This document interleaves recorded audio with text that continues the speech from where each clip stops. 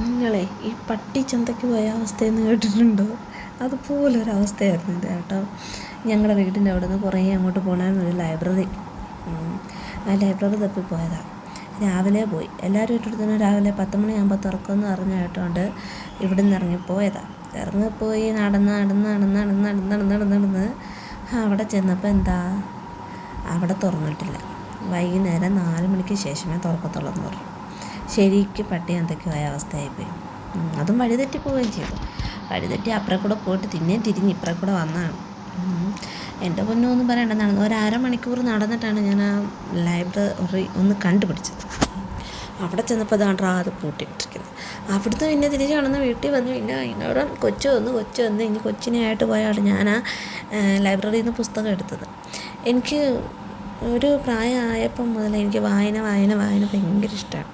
അത് നോവലിനോട് അത്രയ്ക്ക് വലിയ താല്പര്യമില്ല.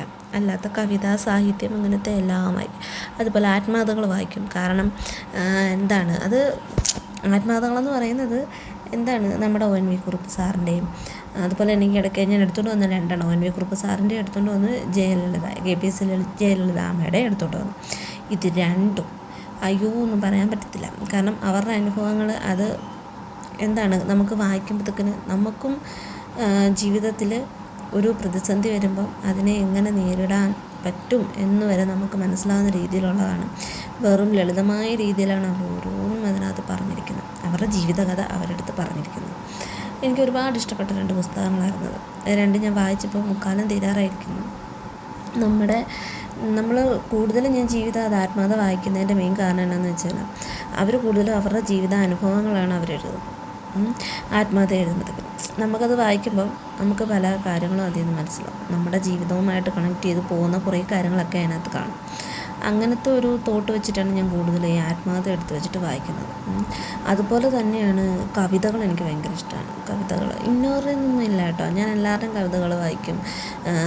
ഒരു മാസിക കിട്ടുക അതിനകത്ത് വരെ ഉള്ളത് വരെ ഞാൻ വായിക്കും ഇടുന്നുണ്ട്. ഇവിടെ വന്നിട്ട് കായംകുളത്ത് വന്നിട്ട് വർഷം 5 കഴിഞ്ഞു. ഇതുവരെ ഒരു ലൈബ്രറി എനിക്ക് കണ്ടുപിടിക്കാൻ പറ്റിയില്ല. ലാസ്റ്റാണ് ഞാൻ ഇങ്ങനെ ഒരു ലൈബ്രറി ഇവിടെ ഉണ്ട് എന്ന് ഞാൻ അറിയുന്നത്. അങ്ങനെയാണ് ഞാൻ ആ ലൈബ്രറിയിൽ പോകുന്നത് തന്നെ.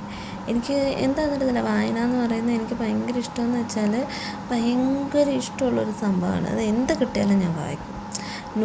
ബംഗ്ലി നോവലിനോടൊന്നും വലിയ താല്പര്യമില്ല. അല്ലാത്ത എന്തൊക്കെ കിട്ടും, സാഹിത്യമാണെങ്കിലും രാഷ്ട്രീയപരമായിട്ടുള്ളതാണെങ്കിലും എന്ത് കിട്ടിയാലും ഞാൻ വായിക്കും. കവിതയൊക്കെ ആണെങ്കിലും ഒക്കെ ഞാൻ വായിക്കും. വായിക്കാൻ എനിക്ക് ഭയങ്കര ഇഷ്ടമാണ്. ജസ്റ്റ് ഒരു പേപ്പർ കിട്ടിയാൽ പോലും, ചെറിയ തുണ്ട് പേപ്പർ കിട്ടിയാൽ പോലും അതിനകത്ത് എന്തെങ്കിലുമൊക്കെ ഉണ്ടെങ്കിൽ ഞാൻ അതെല്ലാം വായിക്കുന്ന ഒരു വ്യക്തിയാണ്.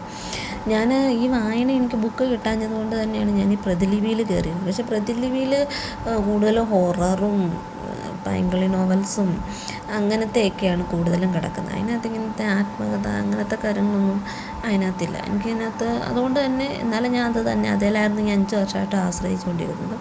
പക്ഷേ ഇപ്പോൾ ലൈബ്രറി കിട്ടിക്കഴിഞ്ഞപ്പോൾ ഒരു ഭയങ്കര സന്തോഷമായി. ഏതായാലും 15 ദിവസത്തേക്ക് വായിക്കാനായിട്ട് 2 ബുക്ക് എടുത്തിട്ട് വന്നു. അത് മുക്കാൽ വായിച്ച് തീരാറുമായിട്ടുണ്ട്. അന്നേരം പിന്നെ ഇഷ്ടംപോലെ പുസ്തകങ്ങളും ഉണ്ട്. നല്ല കളക്ഷൻസ് ഉണ്ട് കേട്ടോ. ഞാനവിടെ പോയി നോക്കിയിട്ട് നല്ല ഒരുപാട് പുസ്തകങ്ങളുടെ കളക്ഷൻസ് അവിടെ ഉണ്ട് കേട്ടോ. ചെറിയ ലൈബ്രറി ആണെങ്കിൽ പോലും ഒത്തിരി കളക്ഷൻസ് ഉള്ളൊരു ലൈബ്രറിയാണ്. എനിക്ക് വായനയെന്ന് പറയുന്നത് എൻ്റെ ഒരു കുറേ ടെൻഷൻസും കുറേ ഒറ്റയ്ക്കിരിക്കുന്ന രീതി. എനിക്ക് ഒറ്റയ്ക്കിരിക്കുന്ന ഭയങ്കര ബുദ്ധിമുട്ടാണ്. ഒറ്റയ്ക്കിരിക്കുമ്പോൾ ഞാൻ കൂടുതലും എൻ്റെ അമ്മയെക്കുറിച്ച് ചിന്തിച്ചു.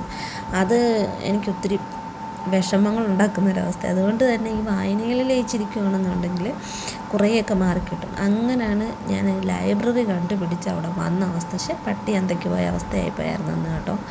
ഏതായാലും പിന്നീട് കിട്ടി. അതുകൊണ്ട് തന്നെ ഇതാണ് ലൈബ്രറി കണ്ടോ, ഇതാണ് ലൈബ്രറി. പക്ഷെ അവിടെ ചെന്നപ്പോൾ